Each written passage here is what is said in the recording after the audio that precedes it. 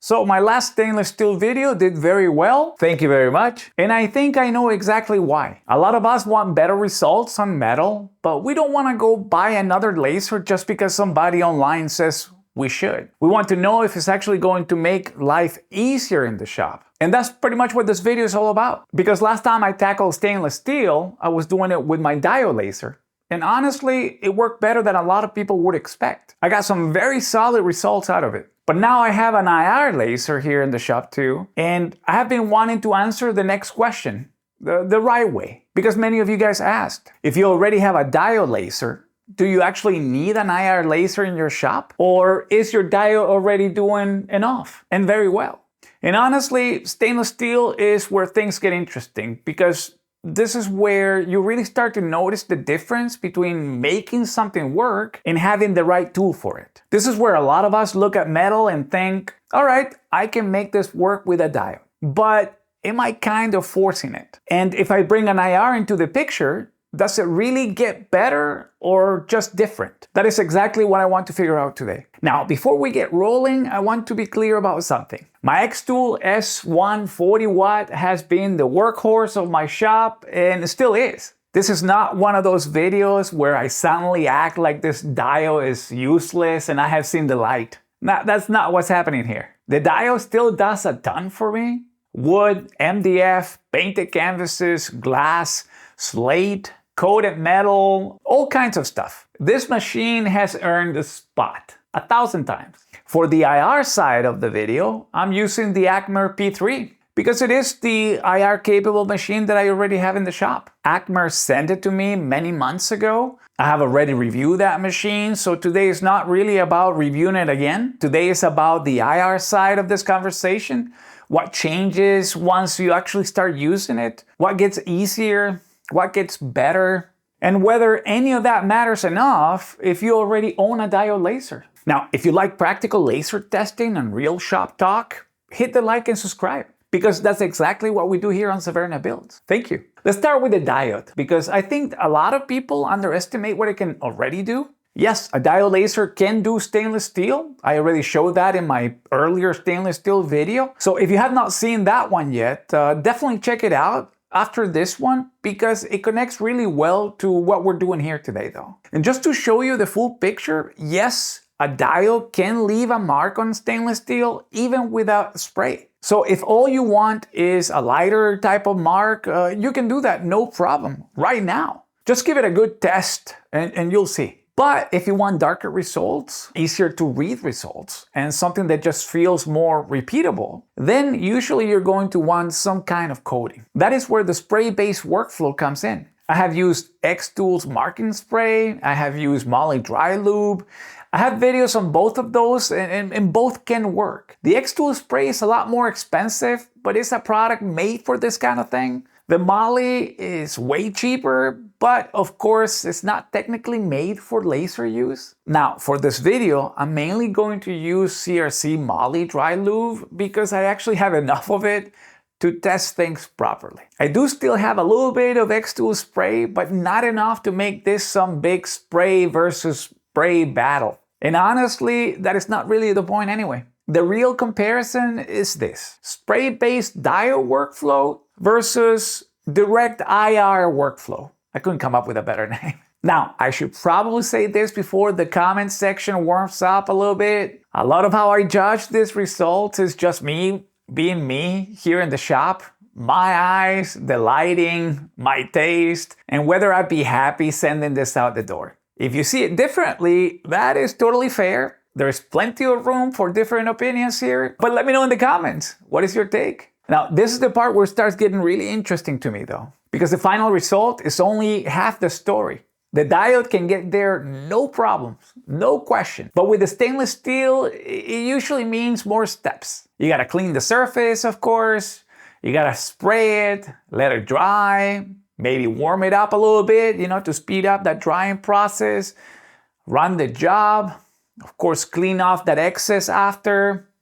And by the way, with either spray, Moly Dry Lube or X-Tool marking spray, we're still handling chemicals here. This is not one of those close your eyes and hope for the best kind of thing. You want ventilation, you want PPE, You want to be smart about it, right? This is a huge part of the conversation because if one workflow needs chemicals, more prep, more caution, and more cleanup, and the other one gets you where you want to go with less of that, well, that matters a lot. Especially once you stop thinking about one piece and start thinking about 5 pieces or 10. If I'm doing one flask just for fun, that's one thing. If I'm doing a small batch, now I care a whole lot more about how much extra stuff comes with the process. And that is where IR starts to make a little more sense to me. Not because the diode failed, not at all. Not because the diode cannot do it, not at all. Just because the IR feels more natural for this job. Now, I do not want to turn this into a science class. I can't, even if I wanted to. But the short version is pretty simple. Metal responds much better to IR. Wood, MDF, and a lot of those everyday materials we use here in the shop respond much more naturally to a diode. So this is not about one laser being better at everything. It's more about having the right tool for the right kind of material you work with the most. This is why I still think of the diode as the workhorse. And that's why the IR starts looking more like a specialist. All right, let's get into the actual testing. For this part, I'm using a few different stainless pieces. The flat bottle openers are probably my favorite test pieces here because they're flat, they're easy to compare, and great for text, detail, and field designs. I also have a stainless steel flask because I want to show this on something that feels a little more real world. And then I have some cutlery that I'm absolutely pretending here that I borrowed from my wife's kitchen for science. Now, if this video disappears halfway through, you know what happened. So let's start simple. Now, this is where most people start anyway, right? Just text. Something clean, something readable, something useful. And with the diode and coating, yes, you can get a dark mark that looks really, really solid. That is not the issue.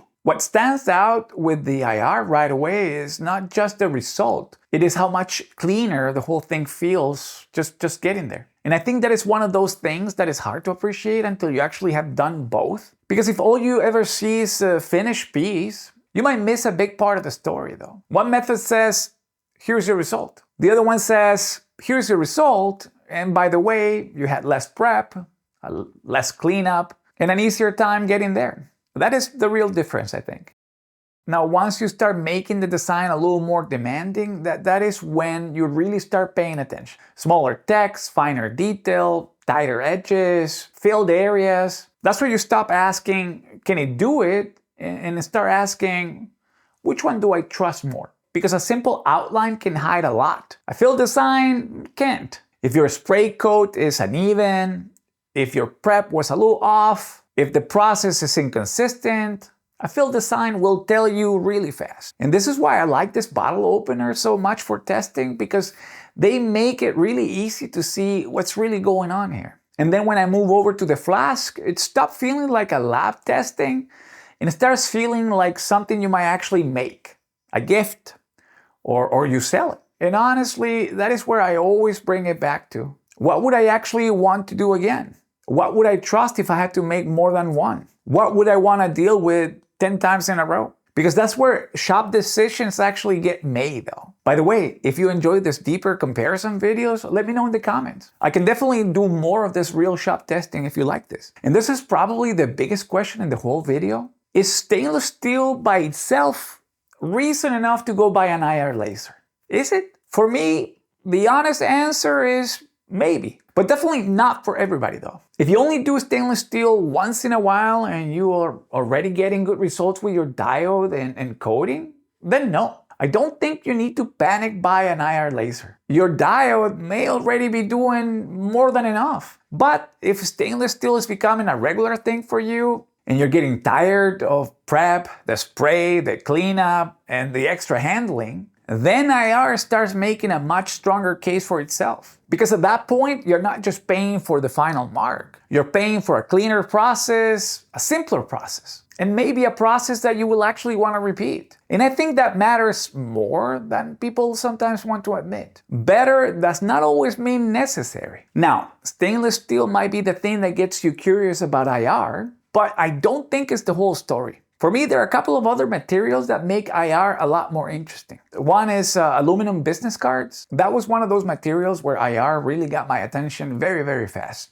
Another is slate coasters. And that one matters because slate coaster videos have done really, really well in this channel. The IR result on slate looks really, really good. Engraving slate is a lot of fun. You get a lot of good results. And then the IR brings it to the next level. The results are really good. Really clear, really nice lines, very bright. The diode does great, but I think the IR on slate is a notch above what this machine can do. I've also played around with black acrylic, and that's also very interesting.